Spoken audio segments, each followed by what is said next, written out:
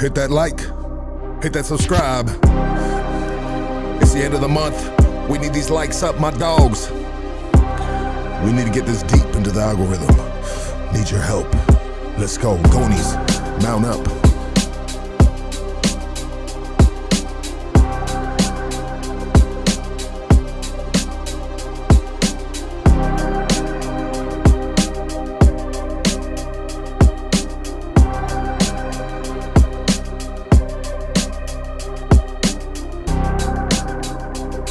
Make sure you tap into all the sponsors we have up on the screen. These are Hoodstock sponsors. We love every single one of them.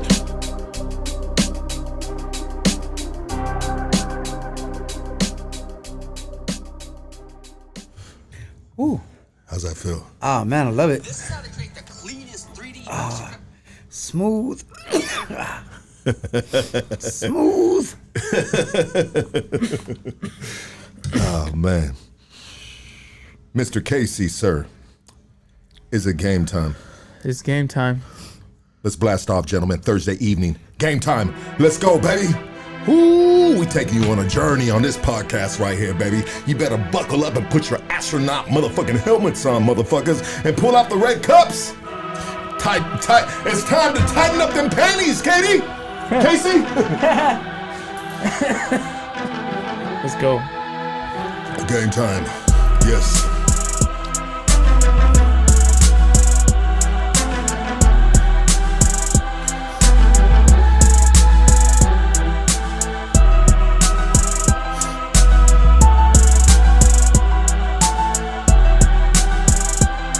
What up, Raider Let? What up, my dog?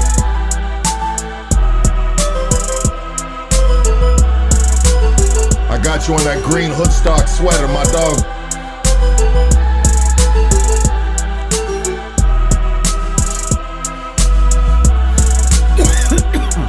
Shout out to Lincoln Heights. Shout out to Eastside Clover. Shout out to Lincoln Park. Man, this beat. You like that? That's Larry Cruz on it. Yeah, it's fire, homie. Can you fuck with it? Man, I'm saying. Yeah? Like, I don't know how the protocol of the beginning of the show goes, but Go ahead. fire, man. This shit right here, homie. You can't. I'm from the Project Blood. You can't, you know what I'm saying? You want to hit that? I'll hit a little something, you know what I'm saying? Yo, hey, I'm trapped in the burning Tesla. Metaphorically, I'm tired of my people getting treated so horribly. When I was a kid, the cops threw me on the hood of a hot-ass police car. That's how I learned about authority. Man, fuck your majority. This fool's got me so exhausted often that my thoughts have started to dissolve into a toxin.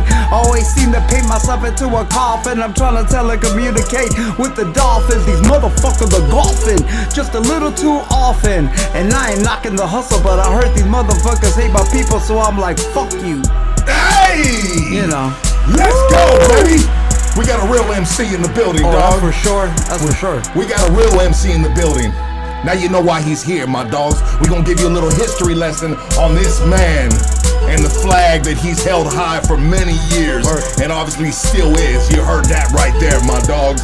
Who we got in the building? Who we got in the building? Matter of fact, let's just do it like this. I want everybody to raise up off your motherfucking futons. Hit your old lady with a hot pocket right now and let her know to leave you alone for the next 2 hours, because we got some shit to listen to. I want everybody to give a warm welcome for LA underground hip hop legend, Tumex. Word up, man. What's up, man? Thank you, man.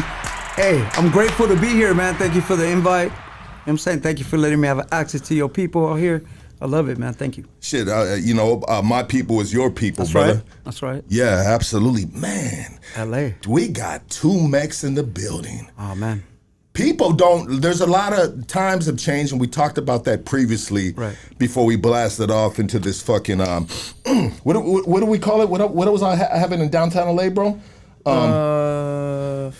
Remember remember the shit when everything was repeating itself? What's the? Oh, you were in the Matrix, the simulation. The simulation. Yes. That's for sure. Yes, the simulation begins now. we were talking about that people didn't. I'm sorry, I got sidetracked. Sometimes when I smoke, bro, I just fucking have Tourette's moments, and I just go way off the top. Whatever the fuck I was thinking, I just you know what I mean? I'm at a Diddy party, bro. Baby oil was everywhere, bro. Hey, you're good, homie. I feel you, man. Let's hope I don't fall out this chair. Chilling, bro. I hope not, bro, because we have zero insurance right here, bro. You know what I mean? That's why we have insurance. Yeah, no, we have insurance, but don't fall off the chair. And if you do, we'll help you get back up, and we'll continue the fucking interview, sir. That's the way that goes. Change the camera angle. I almost fell down that little ramp right there. When He came into the back. Yeah, I was like, oh shit. Yeah. We good though. So we were talking about that maybe there's certain generations they may not be familiar with the underground rap scene, like the household names like Tumex, like you, brother. You know what I mean? And then you got the Visionaries. I mean, to reintroduce yourself to some of our audience, which there's a lot of cats that know who you are. For sure. Would you like to introduce yourself? Yeah, most definitely, man. My name's Alejandro Ocaña Jr. They call me 2Max. I'm an LA underground hip hop artist. I've been in LA making music since 1992. My first group called A Mexican Descent. We're from the world famous Good Life Project Blowed. After that, man, I clicked up with these brothers called the Visionaries. Those brothers took me all over the world for like 25 years. I also got a clique of hardcore homies called the Shapeshifters. And, you know what I'm saying, we just out here living that life, you know, always been into music, you know, family was into music and, you know, just been out here putting it down for those that want to listen and those that are into that kind of stuff that we do. You know, there's so many different subgenres of underground, overground, you know what I'm saying? So, you know, we're just doing our part. Absolutely. You've done fucking your part, brother. And I just want to thank you, brother. I appreciate you, bro. Thank you for for just doing what you've done, man. I'm familiar with Tumex, and I got familiar with you in the maybe when I got out the Calipat 4-yard 2006. So after 2006 is when I got introduced to you. Even though you had been doing your thing, but that's when I got. That's when it caught. Yeah. That's when I caught up to the underground, more of the underground hip hop scene, which included you at the forefront, bro. I mean, back then you were headlining everything, bro. I definitely was a workaholic. You know what I mean? Having multiple groups and just kind of doing it like in a different way. You know, a lot of my homies that are bigger were always like, man, why you playing these shows for $300 or playing any shows for anybody and playing backyard party? I love hip hop. I'm addicted to hip hop. I love doing that shit. And so we always looked at that shit like the funny shit is that a lot of the homies that we put on are some of the biggest promoters in the country, homie, you know, and so, you know, when you do that kind of shit, when you just like backyard boogies, always rapping, just kind of hungry and shit, that's just always been our MO, and doing it for the small crowds of people all over the world that enjoy what we do, that are like tuned into our frequency, you know what I mean? So are you, I mean, you said I'm addicted to hip hop. For sure. You were doing these, and I remember you were doing those backyard boogie shows. It would be a backyard boogie show, and that's when you had that logo at Tumex. It was a black and white logo. Yeah, the Obey logo. Yeah, it was the Obey logo with the Tumex on it. Yeah. Or you would have the pictures of yourself like with the Oakley sunglasses or something. You know what I mean? Yeah, man. You know, and you were the top of the top back then in the underground hip hop scene, which I was. Very, very much a part of as much as I could be. Most definitely a supporter in the realm, right? Because underground hip hop back then was just, it was so amazing, man. There was just different types of groups, and obviously leading the pack for the underground hip hop was Psycho Realm. For sure, bro. You know what I'm saying? Shout out to Sick Jackin, Duke, all them brothers, man. I go back to Brown Man, if you know who Brown Man is. Reside, all those homies, you know, all them brothers, man. I've known those brothers since I was 18 years old, and yeah, man, I'm a big Psycho Realm fan. That Sick Jackin helped put us on in a way. Doctor's Drums in Danger, which is a song with Sick Jackin and me and Cholo, was one of the first times that people paid attention to us. You know what I mean? That song was kind of definitely cracking out there. So and it was I was just listening to that song maybe a few days ago, bro. Right. And it's like two different styles. You know, you got the signature style, the Sick Jackin, and then you got the signature style of you, which. I mean, it's just two different styles on a track, and it's a dope track, brother. Word, man. Well, you know, them brothers always.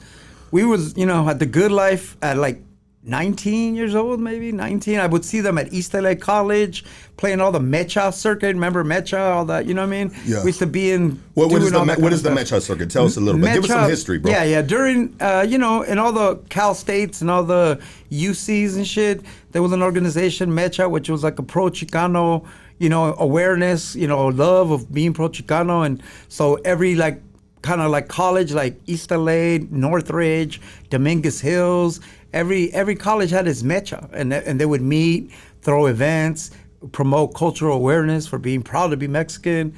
You know what I'm saying? Being politically astute and just overall being proud. You know what I'm saying? And coming off of being 18, 19, I fell into that immediately and was like, even though I wasn't really going to college. I went to West LA College for like 4 hours. You know what I'm saying? I used to ditch college and just go fucking eat McDonald's and shit, listen to Howard Stern and shit, and ditch school. But yeah, man, definitely. So that's what Mecha was. And when we first started rapping, the Mecha scene, this group called Asan Underground, these OGs from San Fernando Valley called the Asan Underground. Those were our mentors and our elders, and those fools were the first fools to help put us on, be like, you need to go play this college, you need to go play these people, let me introduce you to this dude, all that kind of shit. And that is, I'd say it sounds like a lot of artists at some point in their career, mostly in the beginning of their career, they did hit the college circuits. That's an ingredient for success and longevity to be within, to build an audience, right? Well, especially back then, because Mexican rappers were, to me, there was a first wave of Mexican rap, which is obviously Kid Frost, Lighter Shade of Brown, the Latin Alliance, that kind of stuff. Even Mellow Man Ace, all that kind of stuff. And so we, that was like the first wave, and we were coming off of listening to that and creating another wave that was more influenced by East Coast hip hop, that the KRS-One and the X Clan, the X Clan and all that kind of I'm gonna keep it real, like that Black Power hip hop. Yeah. And I was always like, yo, where's the fucking Mexican KRS-One? Yeah. Where's the Mexican X Clan? You know what I mean? And so, cause in the first wave of Mexican rap, I grew up like a little church kid, so anything resembling gangster shit was getting you know what I mean? I was a church boy. So I was like, they're like, oh, you can't listen to that shit, you know what I mean? So I had to reject it, you know what I mean? That whole first wave of that kind of shit. So I started getting into the more of that East Coast shit, and then wondering where it was, and then we just kind of started making music and you're looking for something so bad that you kind of slowly become it. 100%. You know what I mean? Because you're looking for it so bad. And so I like the way you broke that down a little bit, and you broke it down respectfully. Okay, you had the Lighter Shade of Brown, you had these different artists in the beginning, but they weren't necessarily your cup of tea. Would that be safe to say, in a sense? Yeah, no, most definitely. But it's because of me, not because it wasn't dope. Yeah, it was because I was churched out kind of, you know what I mean, and doing that, so it was labeled, it's gangster shit or whatever. And so and even Lighter Shade of Brown being kind of backyard, carnitas on the grill, now we eat, all that kind of that nightlife shit. I was a little kid, bro. I wasn't, I couldn't relate to it. You know what I mean? Well, the funny thing about it is, I'd say Lighter Shade of Brown is kind of just regular. They were regular kids back then. They weren't gangsters, bro. No, but they represented that side of the culture because it made sense, Mexican, right? Everything Mexican that people thought it was gangster. The church, you know what I mean? A vibe anything, you know what I mean? There was a lot of, like I said, man, Frost was really there way before. That dude was breakdancing days. That fool was breaking. Yeah. You know what I mean? That kind of another level of back real hip hop all there. But yeah, man, so I got into that, being a kid growing up on K-Day. Yeah. Growing up K-Day. OG K-Day. MTV and Rap City and all that shit. And so, you're such a fan of it as a little kid, and then you kind of start wanting to do it, and you start doing it, I was lucky at a young age, bro. I was around rappers that are big that nobody ever told me I couldn't do it. You know what I mean? No one ever, I went to high school with will.i.am from Black Eyed Peas and Ahmad. Remember Ahmad? Back in the days when I was young, I'm not a kid. That dude. And so I seen as a little kid in high school, homies that I went to school with on the radio. So in my mind, even at a young age, even if I wasn't doing shit, I never thought I couldn't, because I was like, man, Will does it. You know what I mean? Like so and so does it. So I kind of like always it was like, man, if I apply myself, I'm gonna do this shit. 100%. And so let's distinguish the difference between the homies on the streets, bro, in regards to the likes and dislikes. So I was a homie on the street that I was always searching for something deeper, bro. Right. That's why when Psycho Realm came out, I said, this is our shit right here. For sure. This is the street anthem. These dudes are lyrical. They're philosophical. I mean, this is the shit. And they were just like, it was like church, bro. I mean, at one point I had the Psycho Realm mask on me. I mean, I was full out. Why? Because I wasn't fucking with the Chicano rap, homie. The label, or we'll call it the Cholo rap. You know what I mean? Right, yeah. We'll call it the Cholo rap back then because it was just too. It was too. To me, it was in a sense a facade, maybe. You know, the gloves, the jersey with the name across it. You know what I mean? Well, you know, K-Day. I wasn't a fan of that, bro. Well, you know, it wasn't for me. It wasn't necessarily that much or thinking it was like weak or whatever. As much as K-Day wasn't playing Chicano rap. You know what I mean? If it wasn't, the only thing they ever played was Mellow Man Ace, and I don't think they ever played like Brownside, or they played Proper Dos. I remember Proper Dos. They played Proper Dos. Ernie G. I just reached out to him. I was talking to him the other day. Yeah, love those brothers, man. I'm a West LA kid. You know, they're from Santa Monica. They were, to me, more. I relate to them out of if anybody, because just they were from Santa Monica. You know what I mean? But definitely, you know, that there was even K-Day or obviously MTV, nothing was playing anything Mexican. And there was other groups out there, bro. There was rare groups that came and went. There was a group called Rhyme Poetic Mafia that was on Warner Brothers. They're Mexican fools on Warner Brothers. You know. Were they hard? They were gangsters. They were gangster, bro. They were like almost like Compton Most Wanted. It's like, you know. Okay. With their, like so that vibe. we're getting back to kind of like the Chicano rap type of thing. Yeah. But I'm just saying, like, there was things out. It just, if you found them or were into them, like I said, man, I was affected by whatever's on the radio. Exactly. So that MTV, if MTV showed me the Beastie Boys, I was into the Beastie Boys. They showed me, I mean, all that shit. But so I think a lot of it wasn't even getting out there. You know what I mean? The first wave, like Kid Frost, to go back to Frost, man, I honestly was like, man, I was like acting like I didn't feel it when I was a little kid. I've gotten to know that dude. That dude's the shit. And he's hip hop to me, and he's hip hop as fuck. Like, I did a show with him where we battled. We did 2Max versus Kid Frost, song for song. Okay. Like, I go first, you go second, we did that for like an hour or something, bro. And then, of course, he finishes it off with the grand finale. The 12-minute version of this Raza. But by design, right? Yeah. And it was one of the dopest nights in the world that he let me be on the stage with him and go back and forth with him like that. You know what I mean? And the funny shit, man, he was so OG, bro. I'm gonna tell you a quick story. We're playing at this little ass spot in Glendale, and it's packed, man, like 200-300 people, whatever. And we go back and forth. So after he plays a song, I'm not joking, bro, an accident, he trips over a wire and falls, bro. Like, damn, right? He falls. They was like, oh, right? He falls. They're like, oh shit, right? He gets up, he goes out, you know, I do my song, like, hope you're all right? Blah, blah, blah, blah, blah. And then I do my song, now it's his turn again. He comes back out and he grabs the mic and he goes, I only fell because I'm not used to rocking stages this small. And I was like, gee, I was like, that's yeah. And I'm not even lying, bro. I didn't even practice or care what I was gonna do that night. I was just so happy to play with them. By the second turn that we were going back and forth, I told my DJ, hold on, change the set, homie. This was trying to destroy me. Yeah. I ain't going out like that. You know what I mean? I was like, I'm gonna do this shit with Frost and go have fun.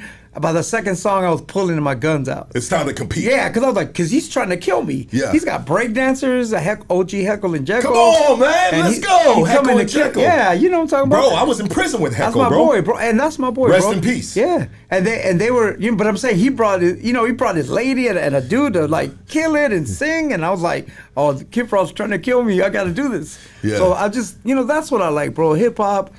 I know that our shit don't always. We've been around the world, bro. I played in 20 countries, but still at the same time, we're not like the kind of group that sells a lot, Yeah. And it's cool, man. I'm happy I'm happy with the music, bro, and the people and the way we affect the people that we do.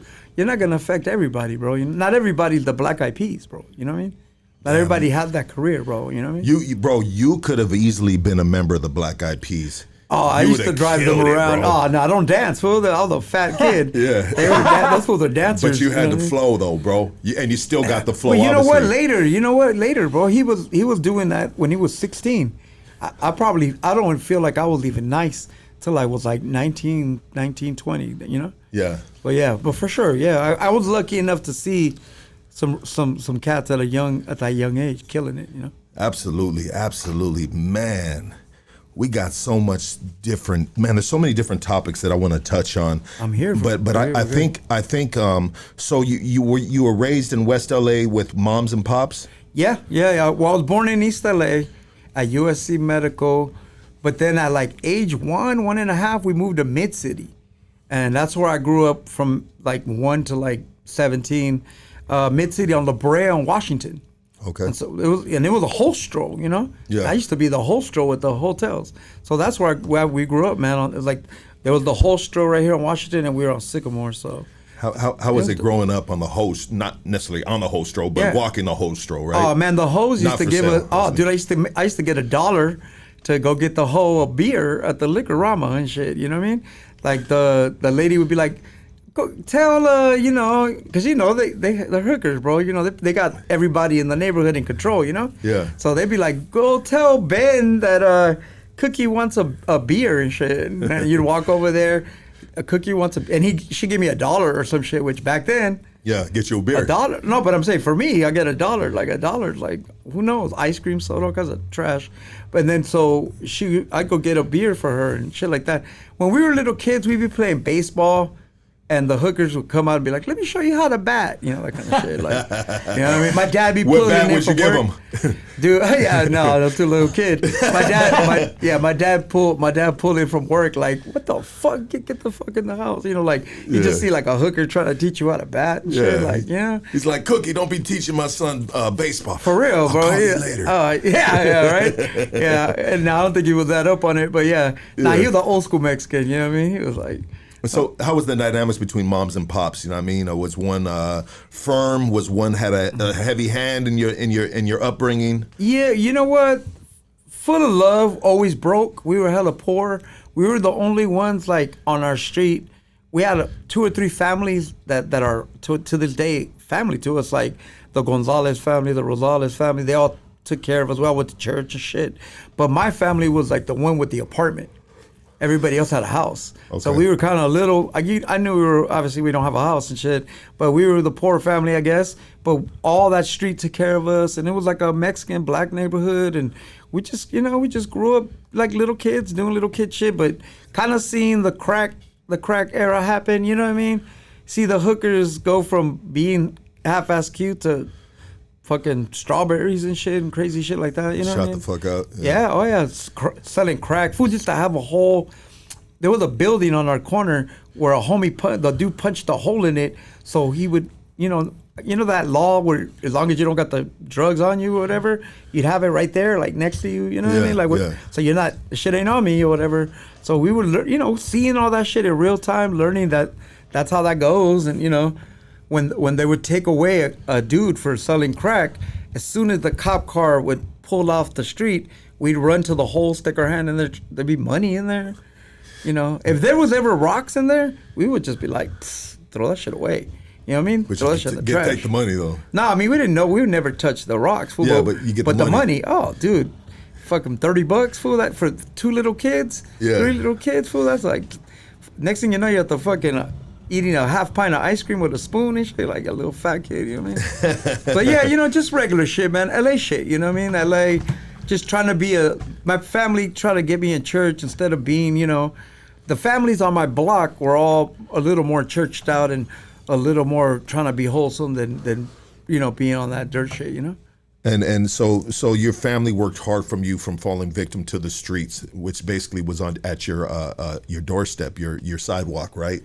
Yeah. Yeah, definitely. A lot of gangs, including the prostitutes. Yeah, I mean, well, that neighborhood, besides the local kind of mid-city stoners gang, it was like, I don't know what the demographics are, but 18th Street was out there. They had a gang called Drifters. Yeah. That was out there. Not depending on how many, where you go and shit, a couple more blocks or something else, So, there was all that shit, but like, yeah, that neighborhood tried to keep us at a young age, going to church, keeping amongst ourselves. And, I had some homies in school, in junior high, that were hella good ass people. Even my parents, they loved the kid, but they'd be like, his family's from 18th Street or whatever, and you can't hang out with them. You can't go with them on the weekend and all that shit. So they just did that kind of shit, and I'd be mad and not understand it. But later in life, I get it, bro. You know what I mean? I don't want to be I was times where I would be in cars and shit with my homies, and you get pulled over, and no one's telling you that what the fuck's in the car, you know what I mean? And so I don't like to be put in those situations, you know what I mean? As a little kid. And so it's like, my parents did the best that they could do. They worked a lot. So, latchkey kid, you know what I mean?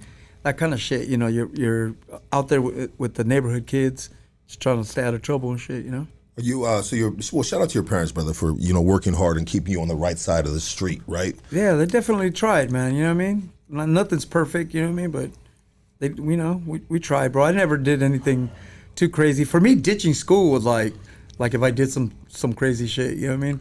Like, that's how fucking nerdy I was for a while. Like, that ditching school was like that I thought was like fucking, you know what I'm saying? I didn't get into stupid shit like racking or some other shit till later, you know what I mean? Yeah, no, absolutely, absolutely. And so, did you graduate high school? Yeah. So I went to the school called Lewis Pasteur on Fairfax in 18th Street. And when I was in the 8th grade, they kicked all of us out. They kicked all the kids out because they turned it into a magnet school. So then they gave us options to go to other schools. So my mom, being on some I think my mom was like a maid, bro. My mom was like a maid to somebody in Brentwood. So they used the address, say that my mom lived there where she didn't, so I could go to Paul Revere Junior High. So I went there for 9th, and then I went to Palisades High, and I went to school there, and I barely graduated, bro. I graduated, but I barely. They told me on Wednesday that I was graduating, and graduation was Friday. Like that kind of. They were like, that motherfucker that's taking tests like a day before graduation and shit in the office. That was me, bro. And they, I think they just let me pass for like on some whatever. Let's get this. Yeah, they're like, he's trying, because I used to probably not go to school a lot for a while. And so, not going to school. I mean, and let's talk about the schools you went to. Palisades, man. You went to some fucking like the cream of the crop type of schools out in Los Angeles. Yeah. Well, Palisades is a nice school, right? Well, I just went out there because I didn't want to. If you got in trouble, you didn't want your parents to come to your school. They were like, fuck that, I'm not going out there. I got a job, And then plus, dude, one thing I didn't understand, but I'll tell you this, that has to do with hip hop. On the bus. So imagine for 3 years, every morning you go to your bus stop, right? Ours was on Cadillac in Venice. Every morning the bus driver would be like, if you guys shut the fuck up, I'll play K-Day. So now imagine for 3 years, 1 hour at 8 a.m. and 1 hour from 3 to 4, you're listening to K-Day watching up PCH and shit. Just with the window down on the beach. So that's how we got into, I was already in a K-Day, but I'm saying like listening to hip hop that much at that age, bro, an hour and a half, 2 hours a day, like it's school, you know what I mean? So that was dope, but we. So when did you actually start dibbly dabbling in? I hate to use the word dibbly dabbling, but you started finding interest into putting words together, rhyming words. You started rhyming in high school. I there was already kind of like some rappers in high school. Like I said, Will I Am, it's full of Mod, different fools. Who was at my school rapping too was the dude he just passed away from Crazy Town. You know what I'm talking about? Oh yeah. Shifty Shell Shock, that brother. He was there. Different dudes, and so they were already kind of rapping like at this talent show and shit. I was scared and was writing raps on a paper, and then I'd show it to like a Mod or Will I Am, and he'd be like, read it, and I'd read it, and he'd be like, learn it, you know what I mean? Like, I'd be like scared. I'd be like the fool that was like the talent show would come, and people would be like, you gonna be there? And I was like, I wouldn't even go, because I was like, I'm not ready, But right after high school. It was like right during high school. I really always wanted to be like that, but I wasn't showing out because I wasn't ready. I was whack, and then once I got out of high school, I kind of went for it. You know what I mean? And before we get into you going for it, yeah. Shifty, what's his name? Shifty Shell Shock. Yeah. Man, what a kind of a tragic way of his passing, in a sense, right? Of his you know, his history, his legacy. You know, he kind of went down. He got hit. I mean, the drugs fucked him up, right? I mean, yeah, bro. He went through. I mean, he's always, you know, when I knew him as a kid, he was a tagger. You know, a kid named Kaya. He was famous at Palisades for one fucking Monday. You get to school, and this fool had bombed the whole front of the school with his tag, and he had rimmed the whole front of the school with beers. It was like 100 beer cans. So him and his homies bombed the school all weekend, and he was famous for that. But yeah, man, I mean, I knew him from there a little bit, and then, you know, from all the industry, always seeing him randomly around, you know. I think at one point he forgot that he knew who I was, you know. Like, I literally was like, fool, I went to school with you, you know what I mean? Yeah. I met him a couple of times, you know what I mean? But rest in peace to that dude, man. I would still see that fool, and to me, he's a part of my early life, you know, from seeing him do his thing, you know what I mean? And so, moving forward into when you said you started taking off like 18 years old, you graduated high school by the skin of your teeth, or by the grace of the counselors, right? And so, what is your what is your ambitions of getting out of high school? You know what I mean? Or, I mean, do you have your pops in your ear? You need to get yourself a blue collar job. You need to do this, that. I mean, what? Oh yeah. I graduated on Friday. I started work on Monday. I've been working since I was 13, bro. I had a job. I had a 3-year job at 13. I worked at Top Video on Pico in La Brea. It was remember video stores? Yeah. The little ones? Yes. I worked at that shit for 3 years. And how was it working there? Bro, that's one of the reasons why I rap. Because imagine watching 6 movies a day for 3 years. And then I'm talking about all kinds of shit, like movies from France, Japanese shit, cartoons, even the pornos, bro. Like, no, but let me tell you, bro, what we used to do, when it was time to get off of work, you know, you don't leave until you clean the store, right? You gotta vacuum the shit real quick. So we would throw on the worst porno, like tranny shit, to make everybody hurry the fuck up. So you throw that shit on the TV, I was like, oh no, fuck that shit. And so you're like, everyone's like, yo, fuck that, let's clean. And you just real quick, you know, put the boxes in the wall and whatever the fuck, you know. So I had access to all that shit. At a young age. Was the manager's name Lucky, bro? Yeah.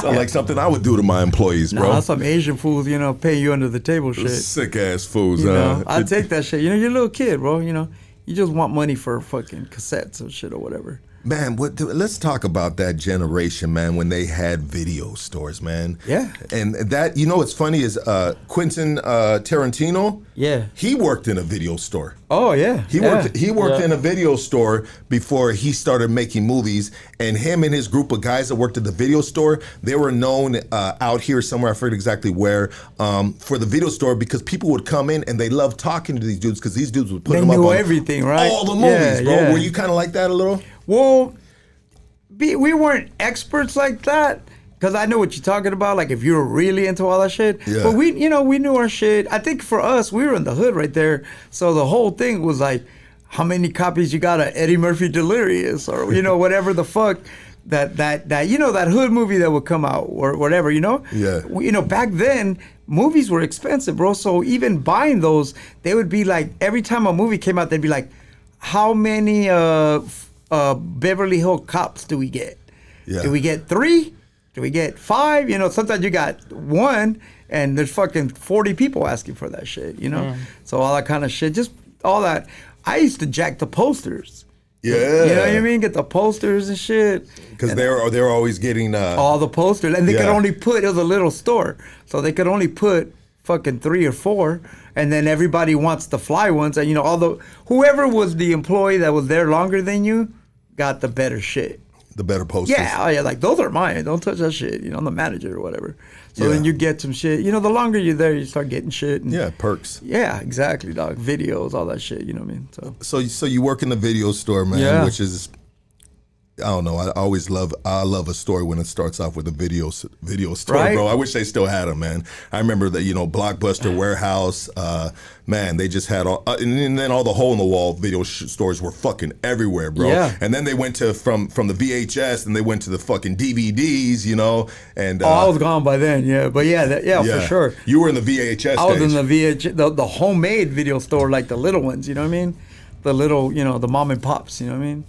Wow. Yeah, but that was dope, man. I'm glad because I used to watch a gang of movies, look at shit that, kind of hear words for that I wasn't hearing, like Yes. watching British. That's why my verbiage is what it is.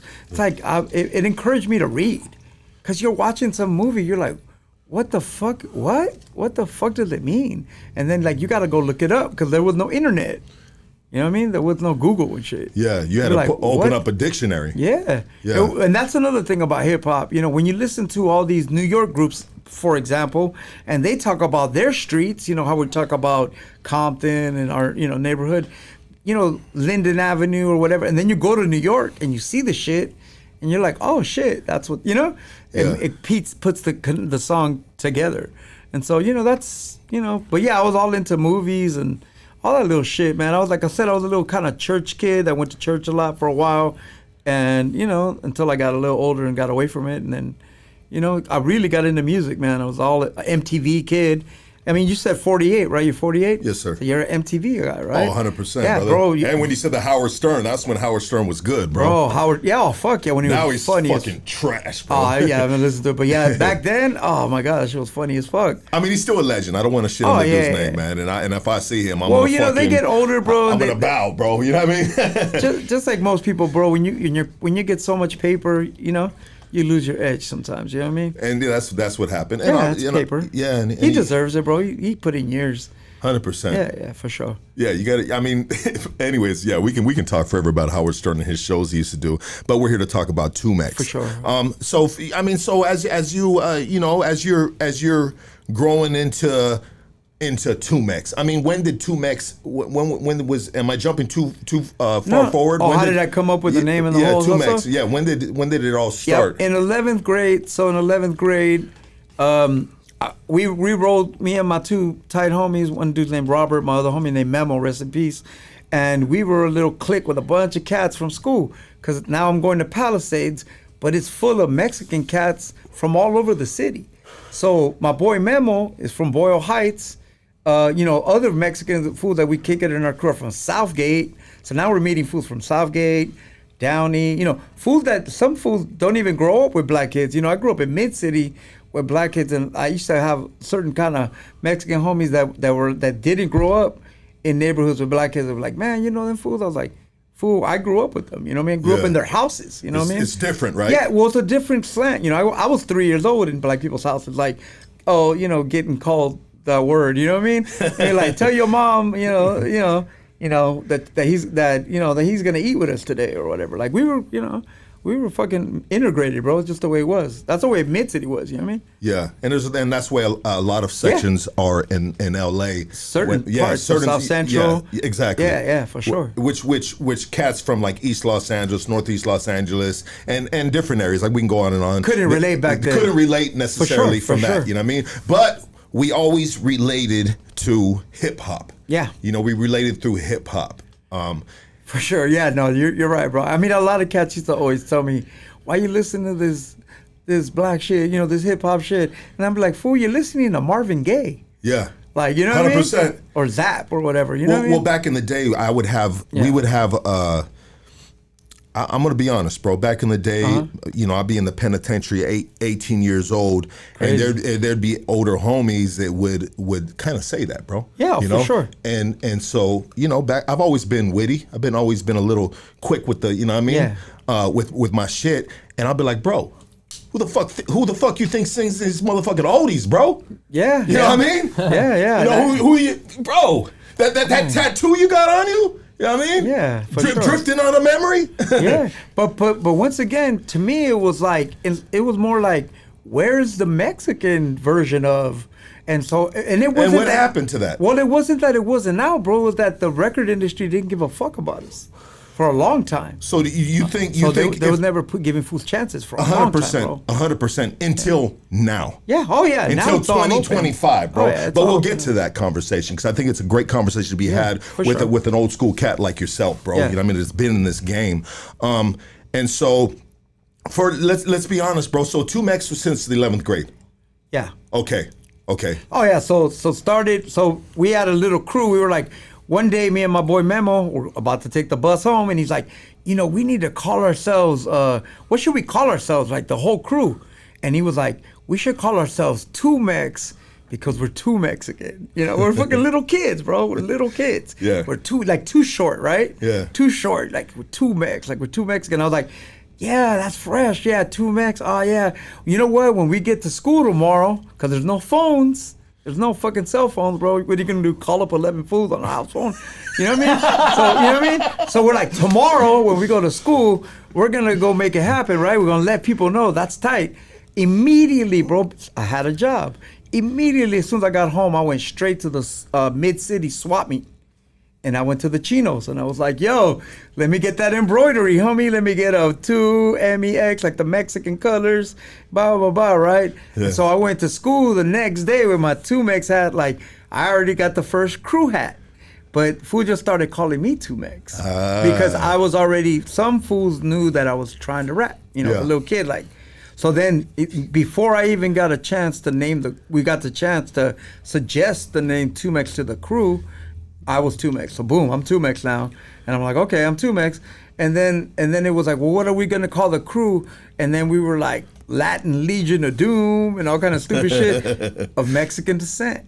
Okay. And then it was like, oh, Mexican descent, homie, we're Mexican descent. And that's where we got that. Let's go. And then that's it. But you're little kids, bro. You're just like, you know what I mean? You're like experimenting and shit, you know what I mean? Yeah, absolutely, man. Experimenting and experimenting on the good things opposed to the bad things. You know what I mean? We didn't want to. Tag banging was coming. It was already tag banging, and even the homies in of Mexican descent in our little crew, we were all. I'll put it to this way, dude. All the dudes in our little crew were the one fool in their other crew that wasn't the gangster. You get me? We had a dude named Cholo. Before Cholo on Cinco, we had another dude named Cholo who was the fucking, they'd be like fools dressed up in creepers and the fucking hairstyles, you know what I mean? The dancers and the housers. And I had all those fools. Like, we had fools that were like me that dressed in, starter jackets and, more shit like that, swap me shit. Yeah. And then you had other fools. So we were a bunch of dudes and that were like, not necessarily, even though half the fools in their family is gangster from all, especially the East LA homies. Memo, my best friend, rest in peace, his family to this day are my family, and they're from out there, homie. You know what I mean?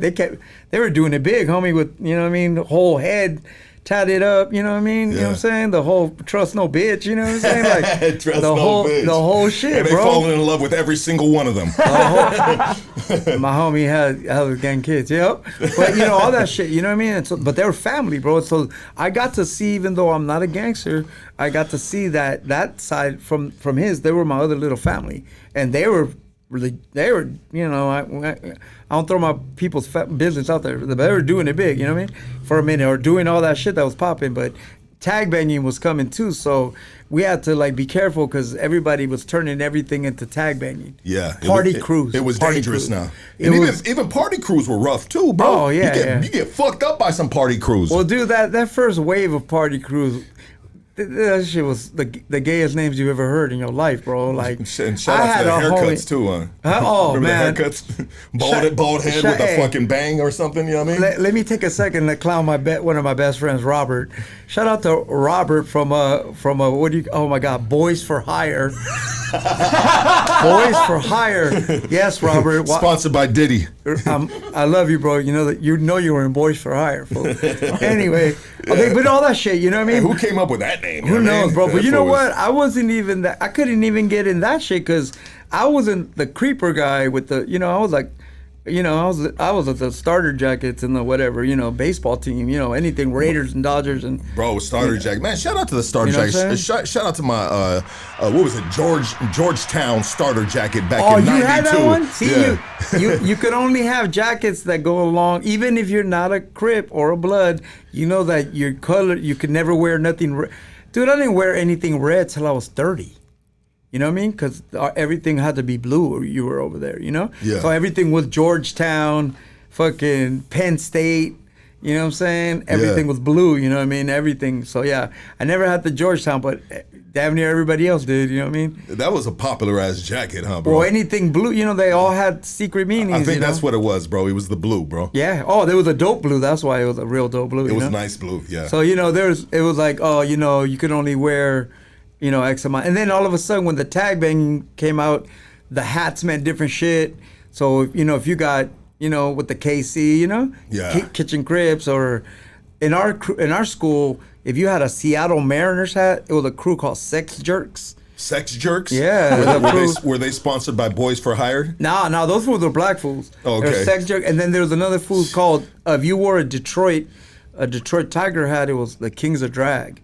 What the fuck? Yeah, Kings of Drag. Fool, like, you know, what necessarily was the Kings of Drag? What did they represent? like dragging the bitches, you know, like dropping drag, you know? Okay, because in this era it would mean something else. Oh, I know, yeah. No, Yeah. but back then it was Kings of, man, everybody's so young. There was so much funny ass shit with the names, bro, you know what I mean? It was so, I swear to God, bro, fools would have a hat. I remember a dude had a hat that said BITCH on it, bitch. And I was like, why would you wear a hat that says bitch? And it was like basically into catching hoes. And I was like, nah, I know, homie. Makes sense to me. Like, you know what I mean? Like, but I'm just saying, you know, you're a kid, but you're doing all kind of shit, like, you know, like. It's a hat for sure you can't come home to mom with wearing. Nah, well, you know, by that time I got a job. I could get myself a Tumex hat, but that was it, man. I turned into Tumex right there, and then OMD started there, and then 5 dudes turned into 3, turned into 2, and me and Cholo been rocking and rolling for forever, bro. You know what I mean? Okay. Yeah. Dope.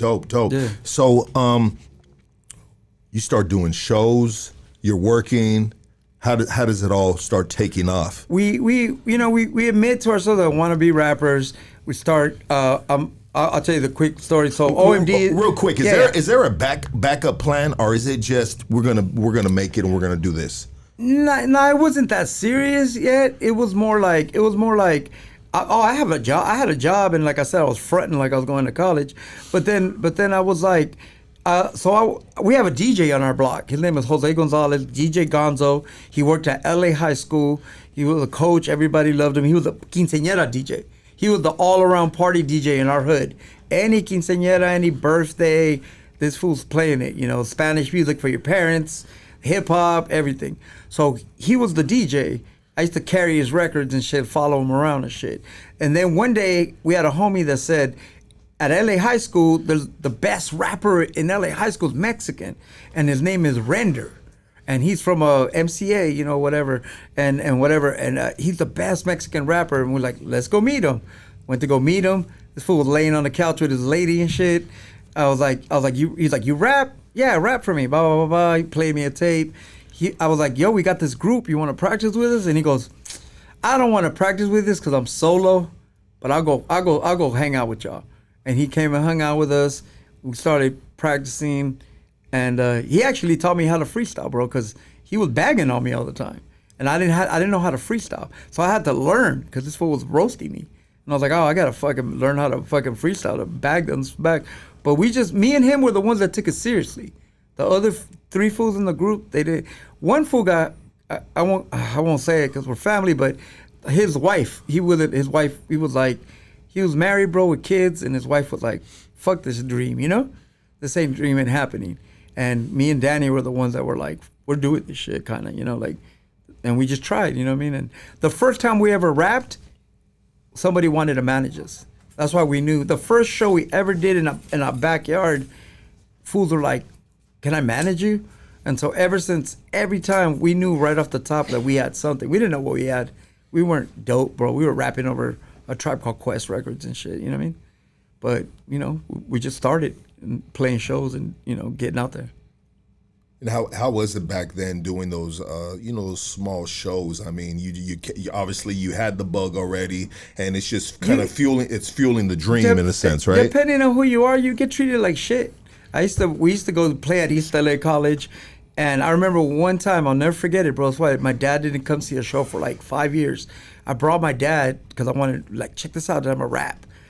They dissed me, bro. They kept putting me over like, you're next, you're next, you're next, you're next, you're next, you're next. Been there for 3 hours, bro. Shit's about to be over. Like, you're next. We didn't even get to play.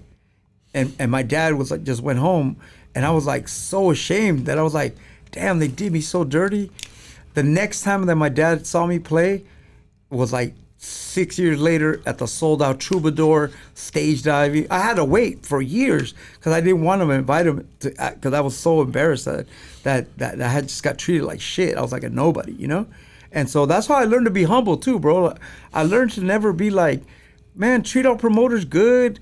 It's cool, fool. You ain't got to charge motherfuckers an arm and a leg, fool. Let everybody eat. You know what I mean? Let a promoter eat, bro. Like if they, you know, let everybody eat and just, you know, kill it. You know what I mean? And so that's kind of where I came from. And, you know, those early days were rough, bro. You know, nobody giving a fuck about you. Fool, you're rapping and people are just walking away. You know what I mean? Like no one gives a fuck. You got to kind of go through that, like to get tough. You know? And is it because of being of Mexican descent? No. It was just being rapping, like being new and like being like, who the fuck are you? You know, whatever. Or plus, you know, we used to also go to the Good Life, which was a primarily black Muslim open mic. And me and Danny were some of the first Mexican dudes. There was already Mexican dudes there, but we were some of the first ones. And we were really one of the first ones that got accepted. And you know, we didn't give a fuck who was watching us. We just wanted to rap in front of people and people clap, you know? So you learn, you know, every week you learn. Sometimes fools get booed, sometimes you get cheers, sometimes you finish rapping and no one cheered, no one cared. So you just gotta go through that shit and that's the kind of shit you go through, you know what I mean? And what was the feeling that you had when you get validation from this Muslim club, these black dudes, which is basically, if you're in the rap game, to this day, it's still the ultimate validation, if you ask me, because I feel like they are, you know what I mean? It's their genre, bro. Oh, dude, some of the best rappers on the planet were there, bro. Freestyle Fellowship and all those Volume 10 and there was all kind of people sliding by. You know, there was a lot of rappers even from the East Coast sliding by there. You know, we seen Fat Joe, Onyx, you know, you see Exhibit, you see all kind of crazy cats. So, you know, just being able to play in a place that would let you play, that, you know, you could just go and know that you could do 5 minutes every week. You would almost go over and over with the same song to like learn how to perform, bro. Like learn what it's like to be cheered, learn what it's like to get booed, you know, under fire, bro, writing under pressure. Like sometimes you gotta, my homie from the Good Life that used to make the music, his name is Nigga Fish from CVE. Wait, what's his name? Nigga Fish? Okay. He's famous, yeah, from CVE. He made beats that were like, he would fuck the beat up on purpose to throw you off. Like to train you to rap better. So the beat would be played and he cut the beat out at a weird place. And then you're rapping for, you're like, what? And then he bring it back at a weird place and you stumble and that'll make you get booed off the stage. So then you learn for the next time, like, fool, if he cuts that beat off, I don't care where it comes back, I'm gonna figure it out. Yeah, and you're gonna keep the rhythm in your head. Well, but you have to learn like that. They trick you up. Fool be trying to trip you up. Like, or like when you're nobody, you're rapping. And dude, the moment you're rapping and you're nobody, there's 5 dudes trying to snatch the mic from you, fool. Like, you know, pass the mic, you know, pass the mic. What you gonna do with that beat? And there's a famous saying at the Good Life that goes, whenever you get the mic, it's like, what you gonna do with that beat? What you gonna do with that? Because you have to kill it now. Like, no time to think. Get on it, kill it, and then pass it.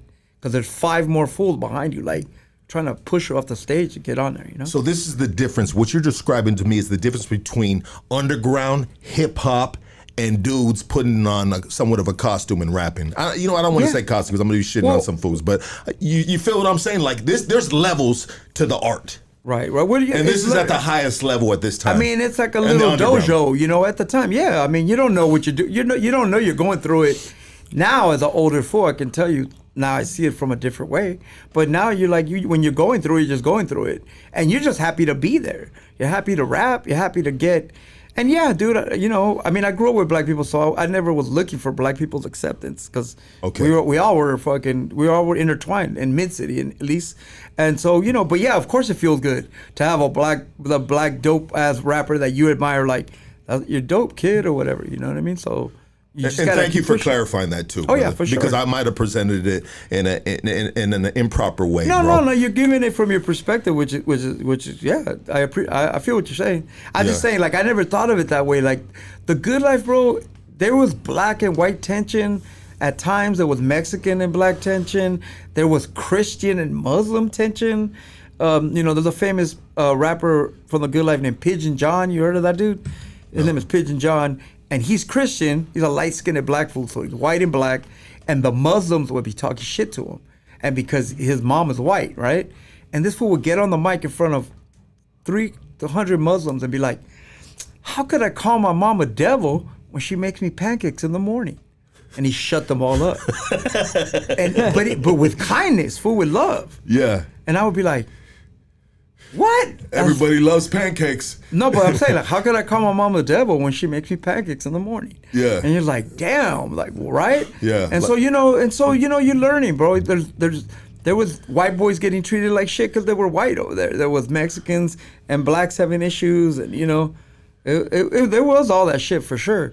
Especially at high school. Going back to high school, dude, there was a lot of tag wars and fools making up little gangs that were anti-black, anti-Mexican. You know what I mean?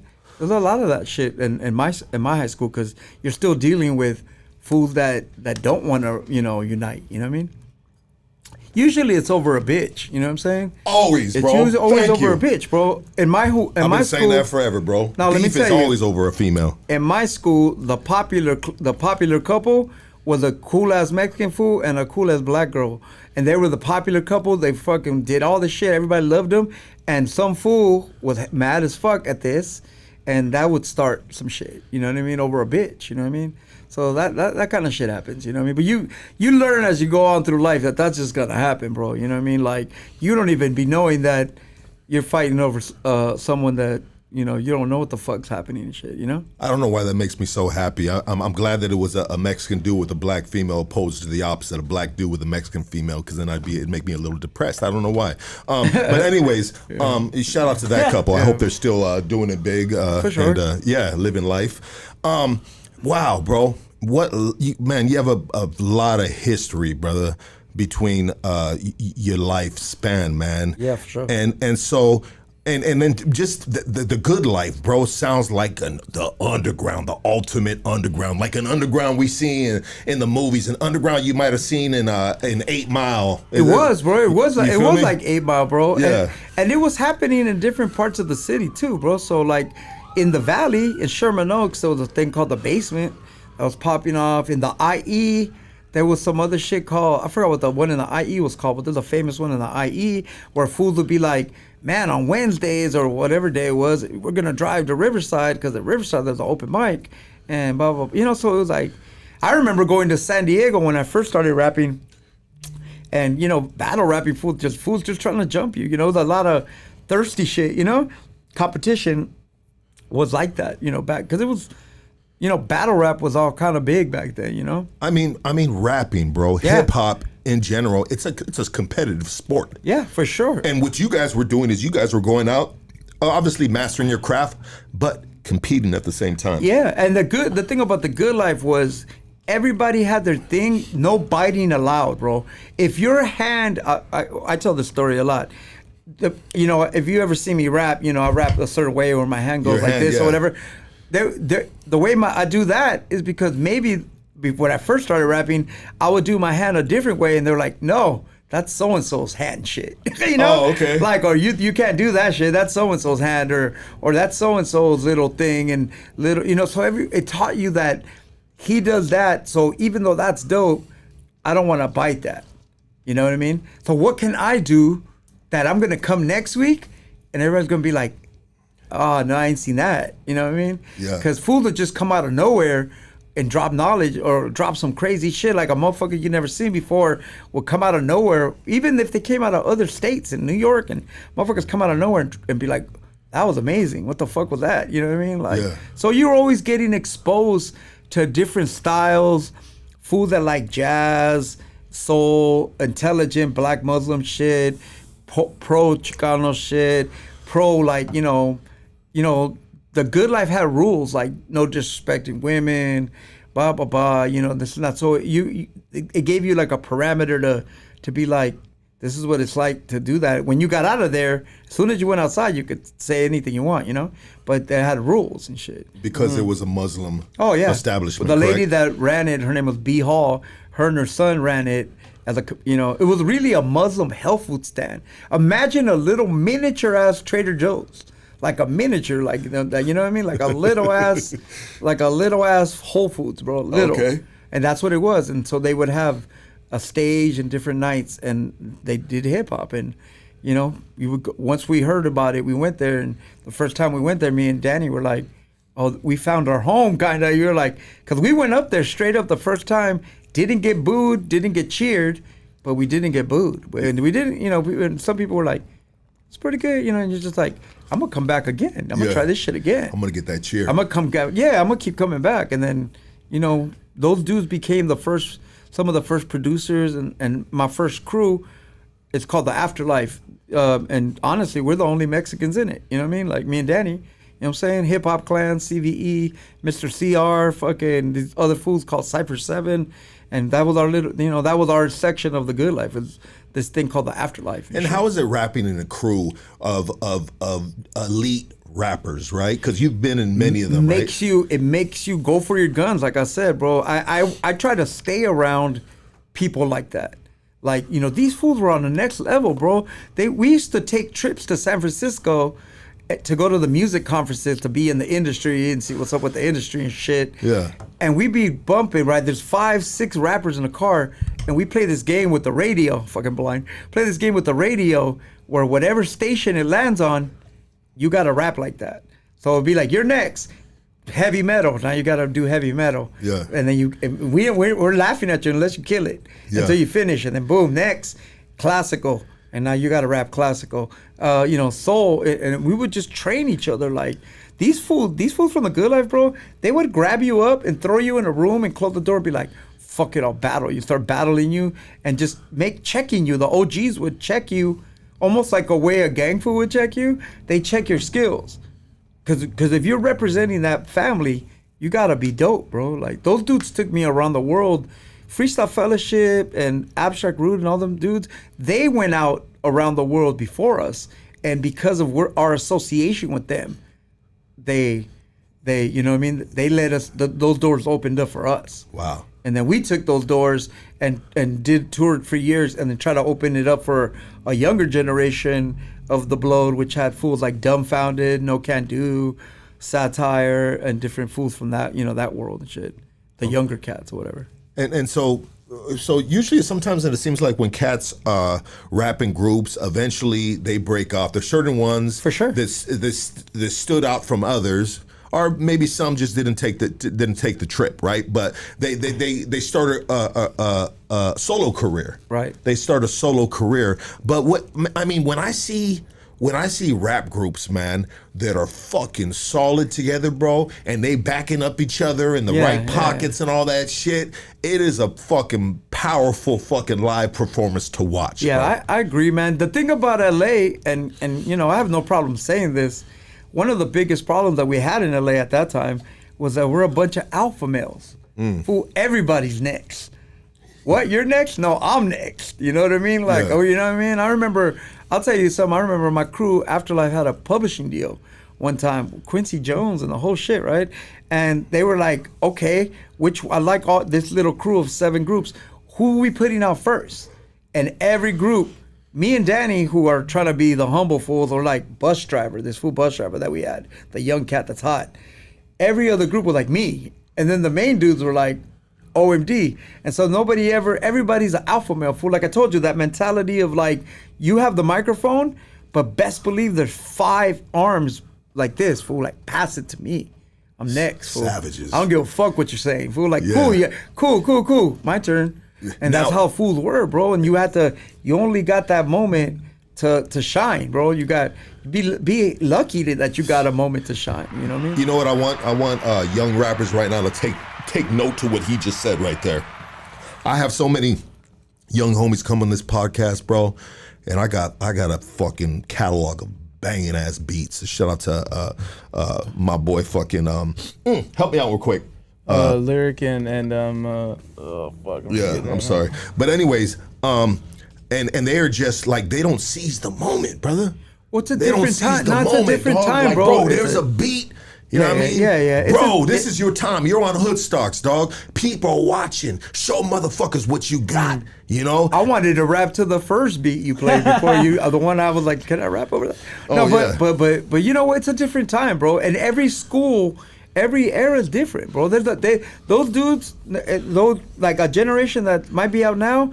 They just, it don't matter if it's wrong or right or what's dope and what's not. It's a whole nother time, a whole nother set of rules, and a whole nother like education level, a whole nother world that we're kind of living in different. You know what I mean? Everybody's in according to their time. Now, do they have the discipline that, let's say, I want? I really don't care. I just you know what I mean? I don't care, bro. If you're dope, the proof is in the pudding. If you're dope, bro, you know what I mean? I really, I'll tell you this, bro. I got a lot of homies, and my homies that watch this know. Most of my homies are okay rappers. So I got a lot of homies that are okay, and I got a lot of homies that I make music with because they're my homies and I love them, and we love each other. And then I got homies that I would be like, fool, I got 10 grand on you, bro. What could I do? You know what I mean? Yeah. So we all have different levels of what we do with our people, and who are, you know, at different times in life. It's your turn to shine. In LA, that's the thing about LA, bro. We all want that mic, bro. We all want that. We're a bunch of savages, like you said, bro, like a wolf pack. You know what I mean? Yeah. And so that's not always good for like the, you know, it's not like Tech Nine, right? Let's use Tech Nine as an example. Tech Nine blew up because he's dope as fuck, but his whole state had his back. Yeah. That California is not gonna do that. I mean, they rallied around Kendrick Lamar, right? Yeah. And that's dope. And that dude's dope. You know what I mean? But it's like that is rare. And plus, bro, we're not California. We're a land of stars. We're a land of the children of stars. We're the children of singers. We're the children of actors. We're the children of fools that wanted to make it. That's why they're over here. And so entertainment's in our blood out here. Everybody I know is like, well, you know, my dad used to sing corridos.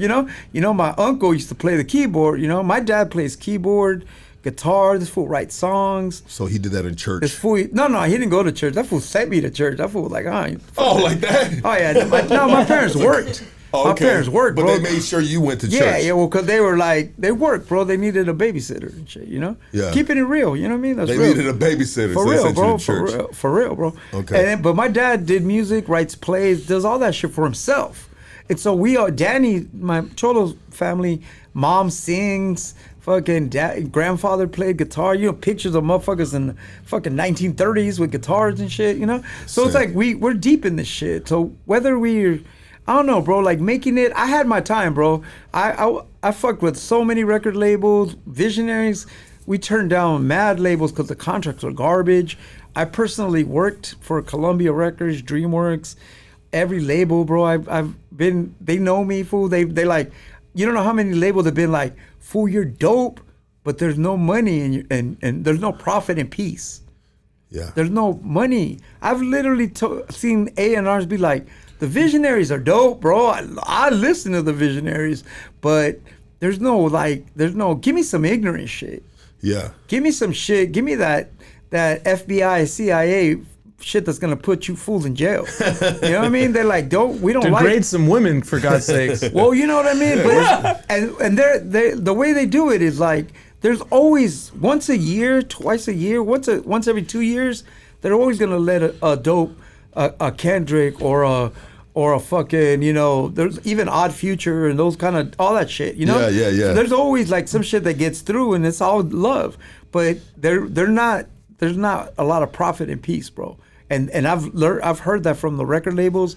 I used to work for all these labels, bro. I used to work for all these dudes, man. You know what I'm saying? What were you doing within these labels? I started, and when I started going to the Good Life, I started interning at Relativity. And I had an office at Relativity Records. Wow, they got a lot of good. Right when Easy passed. Okay. Right before Bone Thugs came out. Yeah. So we were working Bone Thugs, the Beatnuts, Kid Frost that was on Relativity, Fat Joe, and all that shit. And then after that, I started working with Immortal Volume 10. You know Volume 10? Yeah. Pistol grip pump. You know, Volume 10 got signed to Immortal, and you know he was like, this fool was managing us a little bit. He was managing OMD for a minute, and he was like, I just signed to Cypress Hill. You know what I mean? Like Immortal Tech. You know they were down with Cypress and House of Pain. And fool, I love Cypress Hill, bro. I love House of Pain, Fuck Dubious. That's my shit. We've had B-roll on here. Yeah, I love that brother, man. I'm not like, I know him, and that guy's always cordial. I was lucky enough to do a song with him once. He's a shit. He's mad at me right now, but anyways, go ahead. For sure, but he, man, I worked with Cypress Hill at that label, and I just like was trying to figure out how the record got put out. So then I figured it out, and then I was like, I want to get signed. So then we tried. And Vision, not me necessarily, man, not like me as 2Max or OMD, they were never interested in some Mexican talking about Illuminatiism and all that shit, you know what I mean? Time. Yeah. Me and Danny are rapping about space and time and shit. They were like, what the fuck is this bullshit, Yeah. So the Visionaries, though, was kind of a little more commercial. We actually sell records, and we got offered deals from Columbia, Madonna's record label, but the deals were so shitty that we just never signed it. And thank God we did it.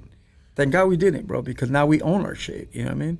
Because if we signed those shits for a small payout, that would be it, you know what I mean? I know a lot of homies that are signed to major labels, and 25 years later, they still don't own the rights to the record, And so how do you feel about, like, just back then, mainstream rap? Obviously, you know why they weren't really feeling, they knew you had talent, but they weren't into what you were talking about, space, time, and all that other stuff, right? They wanted you to shake the bush. They wanted you to fucking potentially, like you said, go to jail, catch an indictment or something. Well, we just never, like, as far as, my groups from, Vision, Shapes, and OMD, we don't even look like that. You know what I mean? Like, I remember a dude try to sign us to a deal, and he was like, your crew y'all look like just normal fools. I was like, we're normal fools, fool. Like, I don't know what to tell you. Like, you know what I mean? Like the funny part was, me and Danny laugh about this all the time. They didn't see you as a marketable or something. Oh, no. Well, let me tell you this, bro. This is funny shit. Me and Danny laugh about this all the time.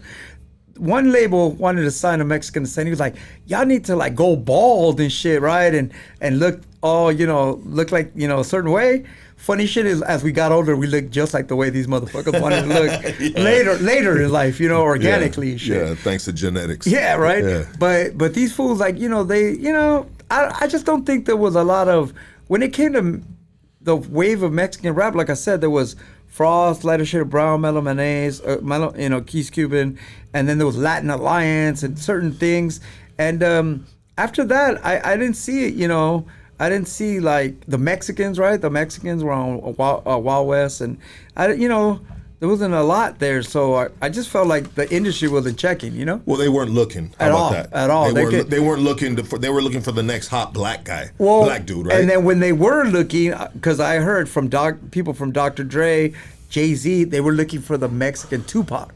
And they wanted, I would see nobody could come close to any that type of that style. You'd see fools like young Chicano fools that look like Pac. You know what I mean? The young, like, good-looking. Everybody had a bald head, like a good-looking cat, and then a slingshot. But then they were like, it just wasn't like connecting and shit. Well, yeah, they didn't have the skill set. Yeah, or even like, or they didn't understand how organic you got to be to sound like that. You know what I mean? You got to go through the ranks. So, there was a lot of shit. But like I said, man, we once I got in the Visionaries, OMD and all that, and the Good Life started doing good. That shit took us all over the world, bro, and I'm lucky, man. I'm lucky, man. I got to go all over the planet, bro. Absolutely, brother. That's amazing. That's something that, man. I'm grateful, man. That's a shit. 100%. I mean, there's a lot of motherfuckers can't even get out of motherfucking Chinatown right now. You know what I mean? Yeah, for sure. It be like that, whatever section you might be from. And to travel the world is something that to this day, at 48 years old, I dream about. You know what I mean? And you were able to do that with hip hop, and so damn, bro. You know what I mean? That's a testament to how dope you are, and you still are. For sure. I wanted to say this though, bro. like you said, man. They weren't looking for Mexican rappers, you know, because let's talk about back then and all the groups, the black groups they had back then. These dudes were fucking amazing. You know what I mean? We talking about the Wu-Tang Clans. We talking about you know, the Nas, the Dre's, the Cubes, the fucking. I mean, we can go on and on, bro. Like the music was fucking, to me, was phenomenal. Phenomenal. Am I saying that right? Phenomenal. Yeah. Thank you. Well, like I said, bro, there was different groups. Like even in the Bay, Funky Aztecs, Chicano, man, there's different groups, you know, but none of them were hitting like, let's say like BET and Rap City, which you kind of like. If you weren't going to see a Mexican dude on there. If you weren't, yeah, exactly, like Yo MTV Raps, you know, you weren't. The only Mexican rapper you saw was Gerardo or whatever, you know that. Bro, come on. I'm just saying, I'm saying like Gerardo, I'm just saying like they were. That's Casey's uncle, bro. Yeah. Oh, I hung out. I know his family.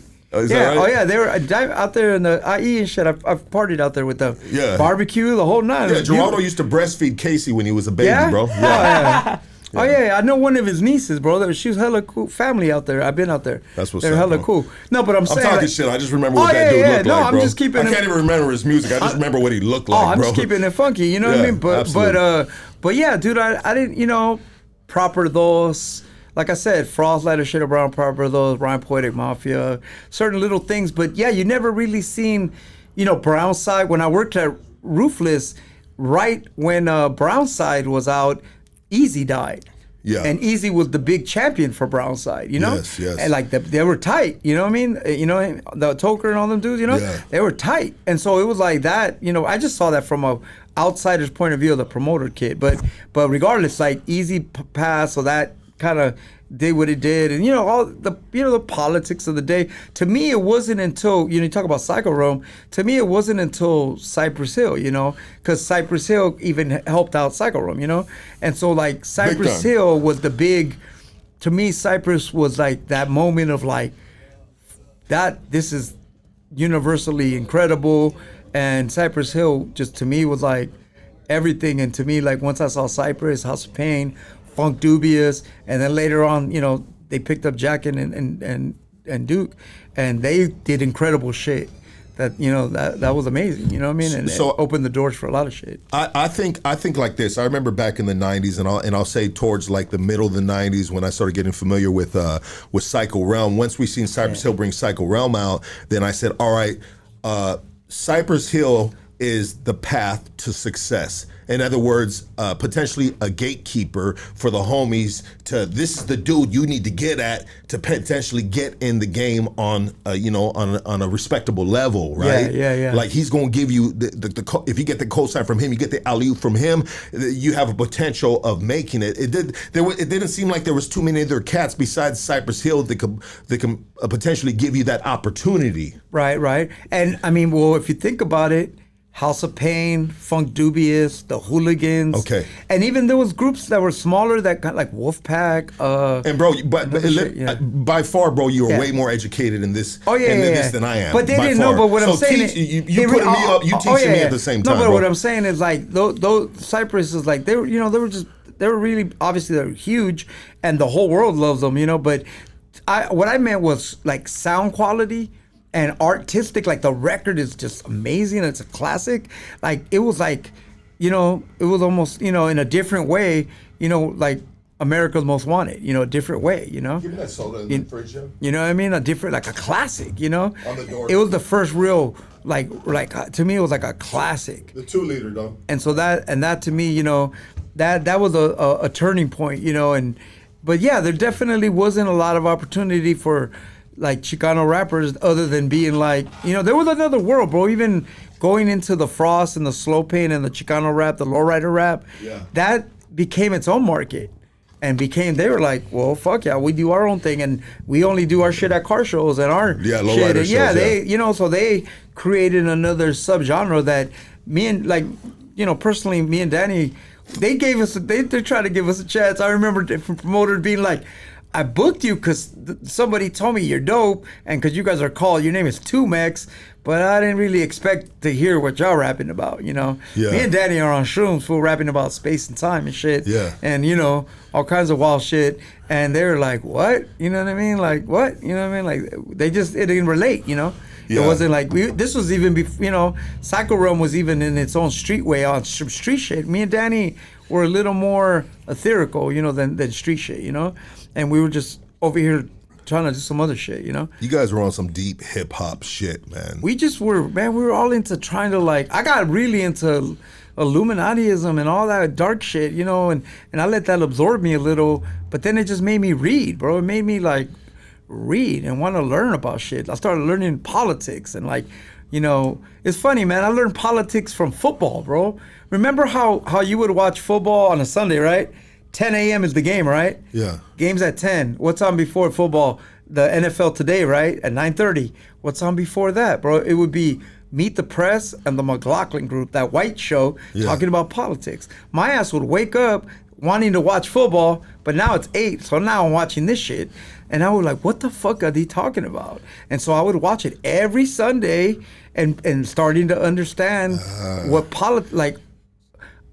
the fuck's a Democrat? What the fuck's a Republican? What the fuck's a bill? All that shit. And instead of being this is one thing I do fault the new generation. As soon as they hear something they don't understand, it's like, ugh.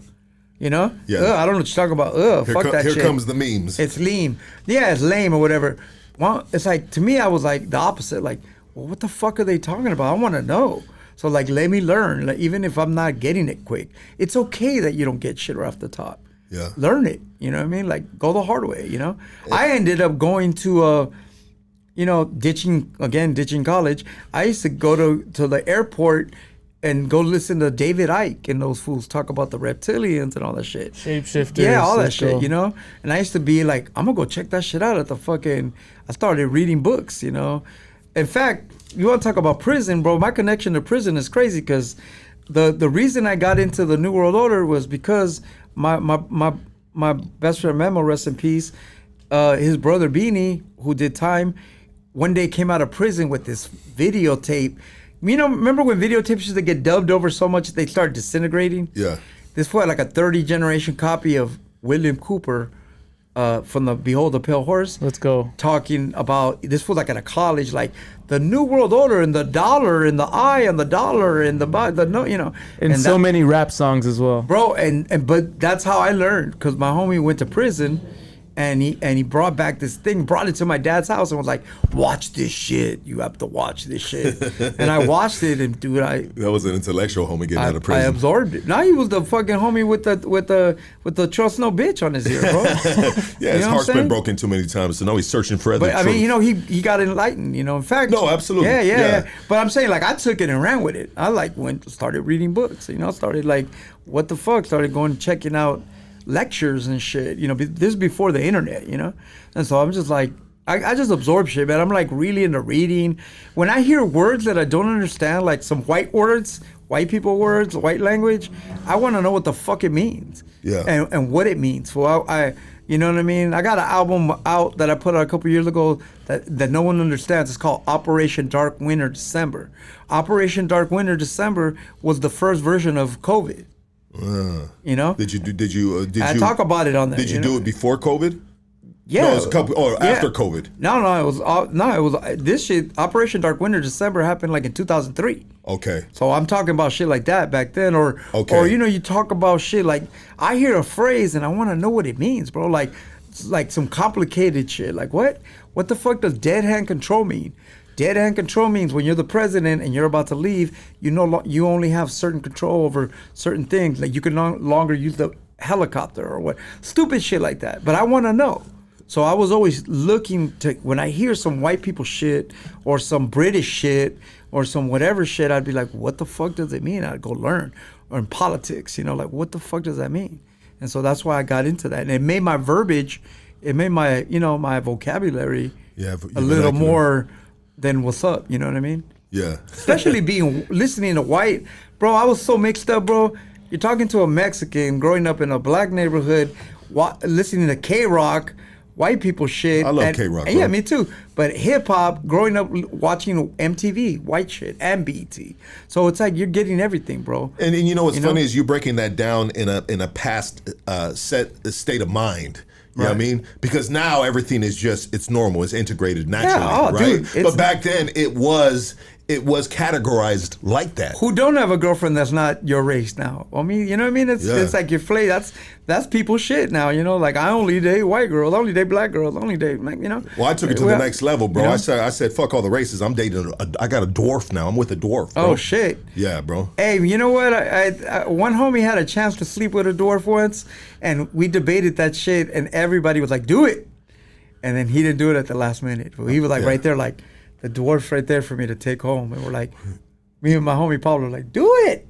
Yeah. And he was like, nah, I can't do it. You know? Yeah. Well, it's kind of weird. I'm just kidding about the dwarf thing. Oh, no, I feel you, though. But yeah, it's kind of weird in a sense because it's a little woman, but it's a stature of smaller than a littler girl. You know what I mean? But it's just, well, you know, because when I was on for years, I was on methamphetamine. I was like, dog, we need midgets, homie. We need midget strippers. You know what I mean? I need one underneath this table. Hit it 2 times. She pops up, packs the pookie. You know what I mean? And then she gets back in her position until she's called upon. You know what I mean? Like I would have these things when I'd be doped up, and then I and then I grow into the man that I am now, bro. And I have little midgets, daughters now, bro. And I'm just like, you know what I mean? Get the dwarfs away from me. You know what I mean? Well, bro, the life we live now, you know, back then, bro, like I was telling the homie, back then, man, you're a guy, bro. Like man, you go from, I'm a dude that maybe had a random girlfriend here and there never was, I was a fat kid, church kid. It took me a minute to get cool.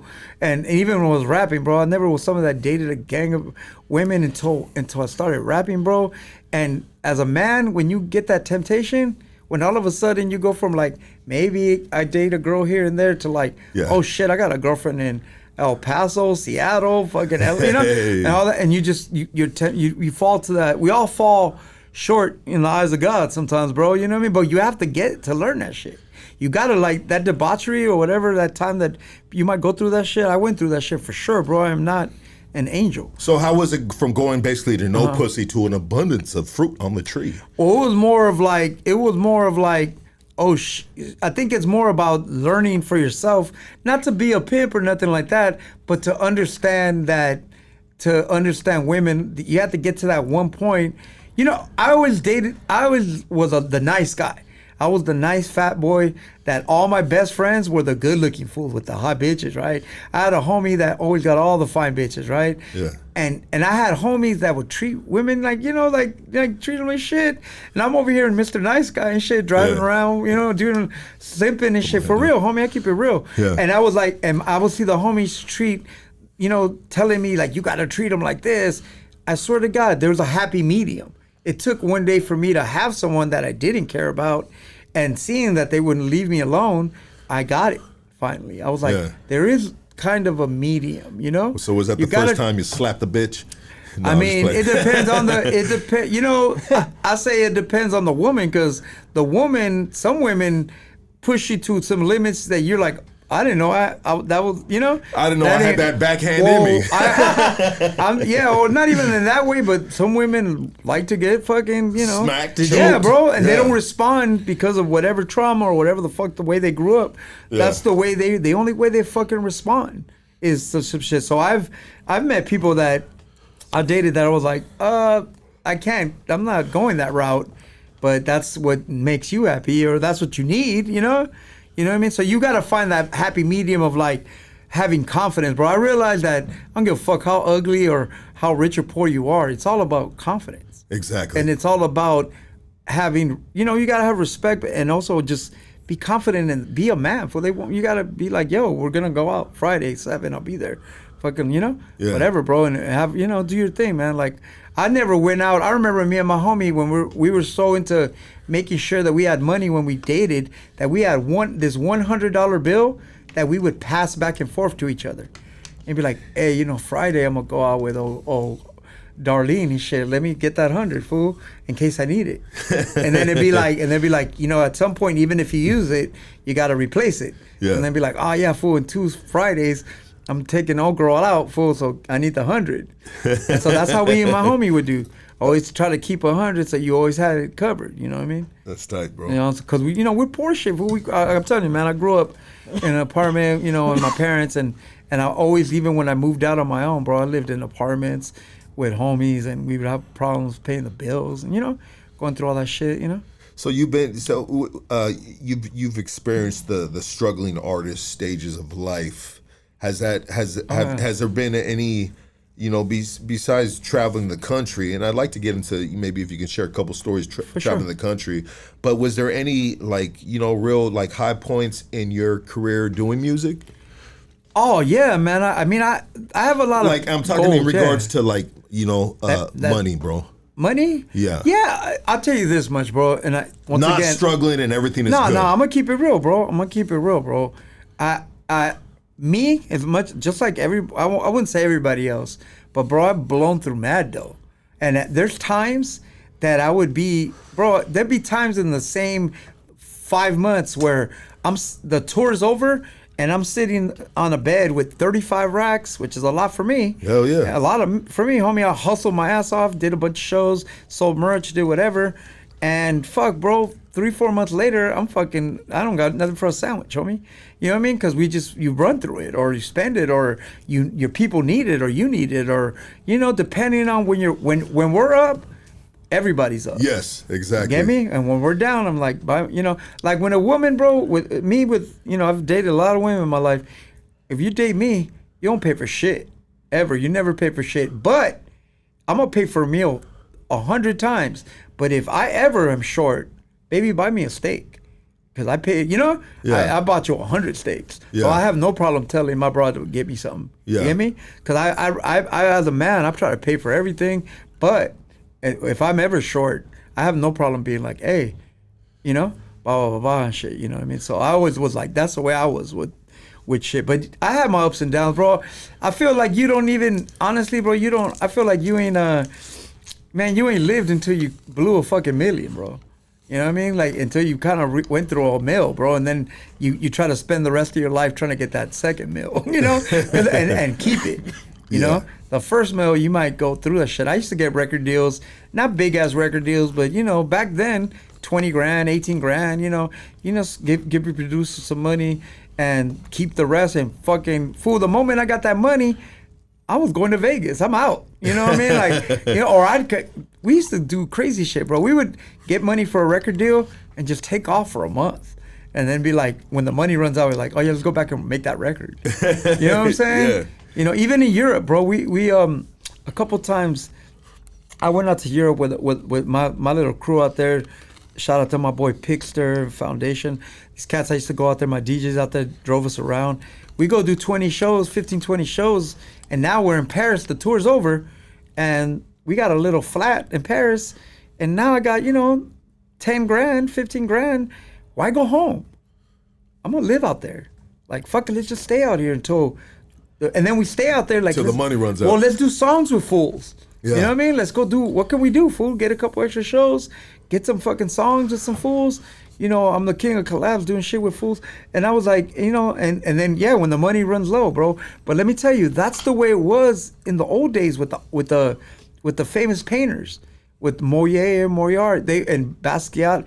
These fools would go tax the rich people, sell a painting, they're the rich fools, take the money, go to the woods with other friends, get high, party until the money ran out. When the money ran out, they go come out the woods, make another painting, and go sell it to the rich people, and go back. And, that's how it was. But that's art. It's always been like that.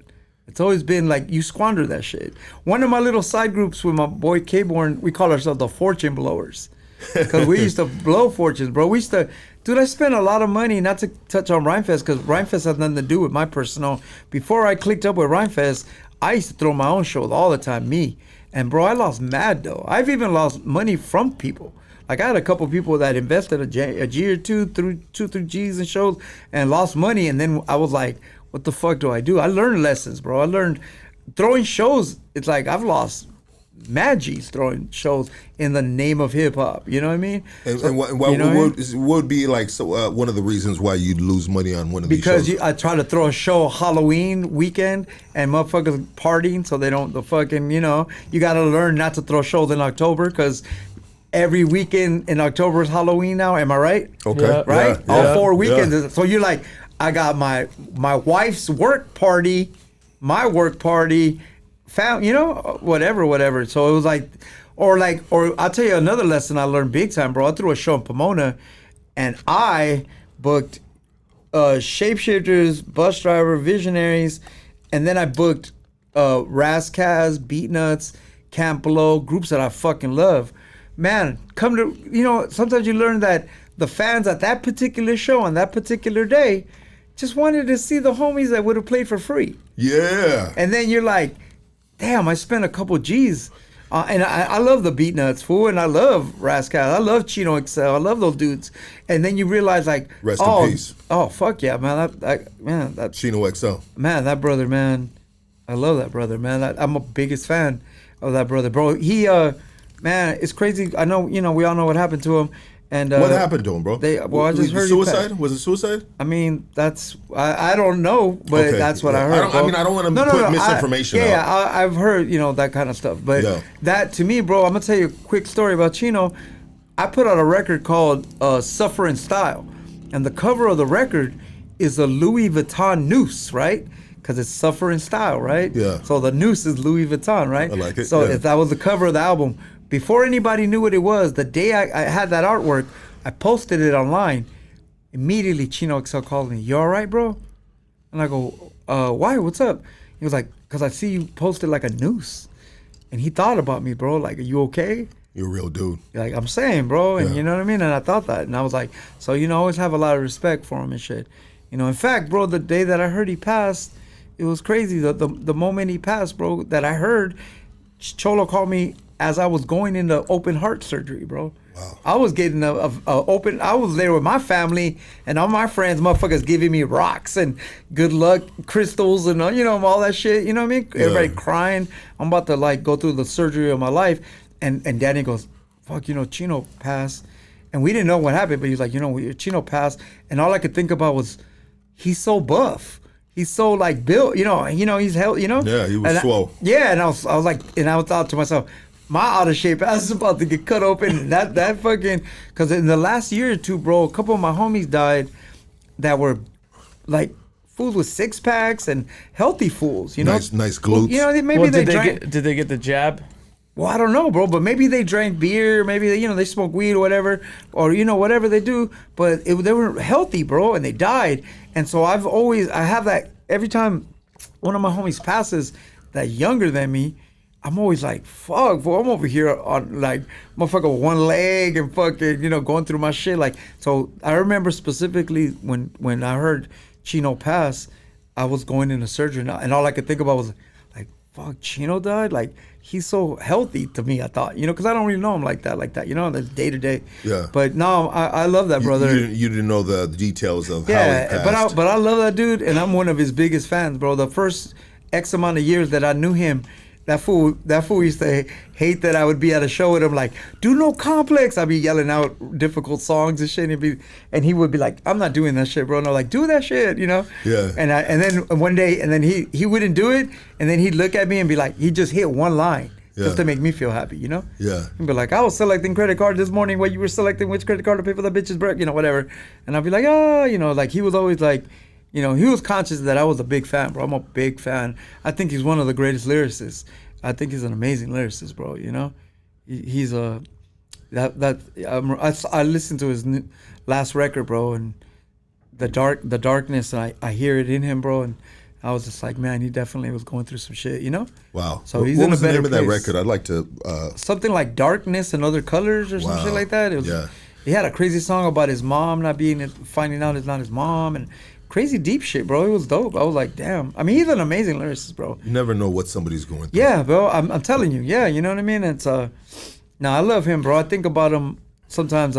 My favorite Chino line is he said the Incredible Hulk turns into Chino when he gets really, really mad. I always love that shit. You know what I mean? Yeah. Yeah, I'm actually Should I get thinking of another one? doing a cover, bro, of one of his songs. Would you like another one of these? The joint? Yeah. Please. It's right here, brother. Yeah, hell yeah.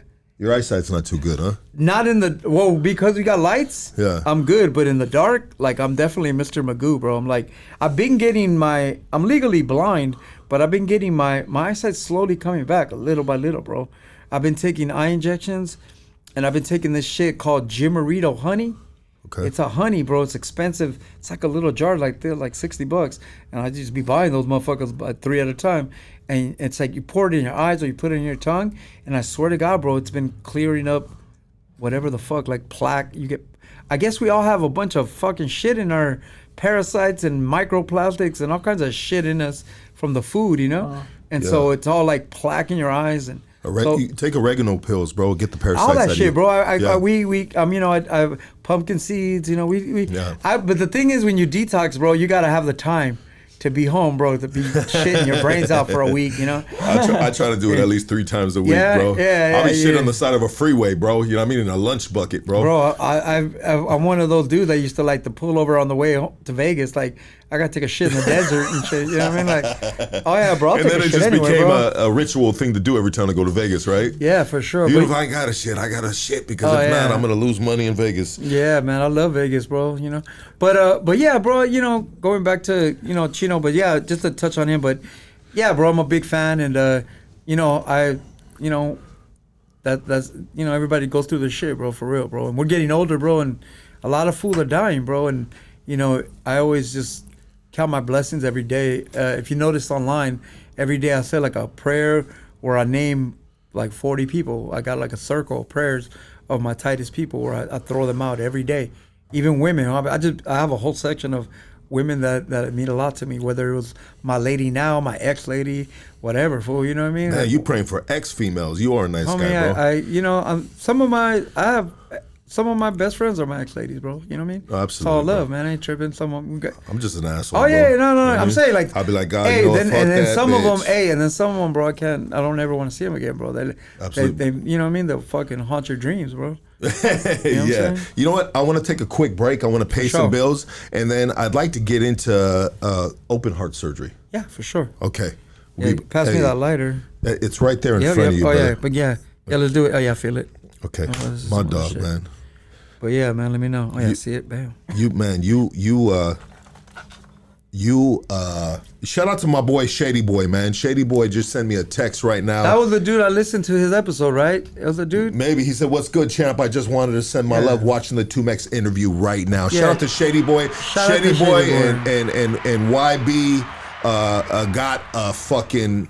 They're working on an album, bro. I'm Okay. looking out for it. Hey, Shady, if you're still watching, I brother. just learned about him. I watched his episode where he was talking about how he didn't want to disappoint his kids, and how he had revelations about getting better and Yeah. handling. That's Amazing. the episode I watched to Powerful, get familiar with the show. the huh? most powerful interview of last year, and I've been trying to link up with him because I wanted to give him a Hoodstocks award, bro, and just nationally, Word. Tell him I said what up. publicly Yeah, for give sure. him just flowers because he really helped the platform with his testimony, and it did crazy numbers. Like I got this one thing about him meeting his pops in front of a liquor store, Uh-huh. and and he pulled up, bro. I can't, and he said, "Hey, bust a bitch, I think that's my dad right there." Oh, And- yeah, I and- saw that. And then he goes, Yeah. "Hey, blah blah blah, you my dad." And he's like, "Yeah, what's up, mijo?" And he goes, "Hey, can I get you something to eat or something?" And his pops was like, "Well, I heard the McRib is back." And bro, this funny as fuck, bro. This short did millions of views, I bro. fuck with the McRib, homie. I fuck with every time the McRib comes back. I gotta get one, bro. Yeah, for sure. It's yeah. I eat that trash all day. Hey, Shady Boy, my dog. Is Shady Boy in the comments? Shady Boy in the comments? I want to see if Shady Boy's in the comments, man. Love the Shady Boy though, man. We get you. We need you back in the podcast, my dog. Let's do this right here. Let's pay some bills. Sure. My fucking phone line is. Vinny, shout out to my boy Vinny, man. Vinny Familari, he's a bare knuckle fighter. He actually trains my kids too. He said grew up on 2Mex OMD. When I was 15, he performed at the Hip Hop Cafe in West Covina. Much love and respect. I remember that shit. Yes, I remember that shit. My taxes are blowing up right now, bro. That was some Christian shit. I remember that shit. Everybody getting at me about you, brother. Yeah, You know what I mean? damn, he took it back right there. Bro, you know what Hood Stars is gonna do is Hood Yeah, Stars he is took gonna it back reignite right there, your bro. motherfucking fire, bro. Damn, You know Damn, know what I mean? remember that shit. Damn, that's some old shit right there. Yeah, shout out to my dog Vinny, man. Word of respect. Yes, let's do this. Hey, Hoodstocks is sponsored by Shockaware. Shockaware is more than streetwear. It's culture, lifestyle of individuality, and self-expression through clothes. I want you guys to please go to shockaware.com. Shockaware.com, use Hoodstocks 15. That will get you 15% off. Big sponsor of ours. And the next big sponsor of ours is Killakush. Looking for some good quality cannabis? I mean, quality cannabis. Hip the folks at Killakush. They specialize in bringing you the best quality available from OG to exotic. They got it all, baby. And I want you guys to go on Instagram. I believe it's killakush.official. Yep. Yo, that's what's up, man. Oh yeah, that's just right here. Yeah, that's actually, look at here. Yo. Here. Man, that's They just dropped it off. Oh, they just dropped it off. Check it out. That's some fire shit right here, homie. Dog, we got some goodies for you Homie, right here, my dog. I need to get walked out the studio. Yeah, we got some goodies. Blind and high, fuck. This is Killer Kush for you right here, my word. dog. Yeah, let me put it right Oh there yeah, for you. thank dog. you, man. Y'all make sure I roll it up, bro. Thank you. Yeah, it's already rolled up for you, Oh bro. man, It's I'm pre-rolls, my dog. Pre-rolls. That's me all day. Hey. We told the homie your eyesight wasn't too good. He was like, so Taking that shit to the face. We No, had, we had the minions rolling back there. You know what I mean for you, dog. Hell you know what I mean? yeah, that's all love, dude. And so also too, I'd like you guys to go to let's see what he tapped in right there. Shout out to all 500 people tapped in right now. Please hit that like and subscribe if you're not subscribed. If you'd like to pull up on Killer Kush, they got a shop located in Whittier, and that address is 13800 Leffingwell Road, Whittier, California. We're all sponsored by LA Peptides. Shout out to Ozempic Vince. If you guys need TRT replacement, if you guys need any Ozempic, Mounjaro, all that good stuff, this is my dog right here. Any peptides, he's got you taken care of. This is his personal phone number. You can get at him right now, 714-269-1900. And the biggest thing that he's selling right now from the podcast is TRT. Everybody wants the testosterone, you know what I mean? They want the replacement, the boost, you know what I mean? And I'm telling you, if you're in your 40s and shit. All that shit works, bro. I fuck Yeah. with Shilajit. I fuck with that Shilajit shit. What is a Shilajit? It's like this fucking sludge from the Himalayas. Some shit that gives you like energy. it has like all your minerals and all Yeah, that that shit. So I'm saying, like, I believe in that. So what you're talking about, that TRT and shit, Yeah. I believe in all that shit because I be taking the Shilajit and that shit gives you that little fucking boost, you know what I mean? That shit to fucking do your laundry and shit. Yeah, I gave some to my 80-year-old pops, man. I gave him Yeah. gun. Yeah. You know what I mean? Heard you went to Hong Kong. And yeah, Oh, shit. and so bad because Oh, when and TJ? when my pops finally showed never been back there. to the crib, he had a knee brace. Bakers and chefs, upgrade your kitchen with Origin Bakery and restaurant equipment, top quality ovens, mixers, and more. And for your next culinary today in South Omani, or check them out online. Origin, their phone number, direct phone number. That's what I'm looking for. 3080. Hey, we are also sponsored by DeLeo the jeweler. If you need any sell, he does it all. Hit 90001. We're also sponsored by the Good Plumber, Orange County, IE in LA. Call him right now. 468-2828. We're also sponsored by Rottweiler Mafia.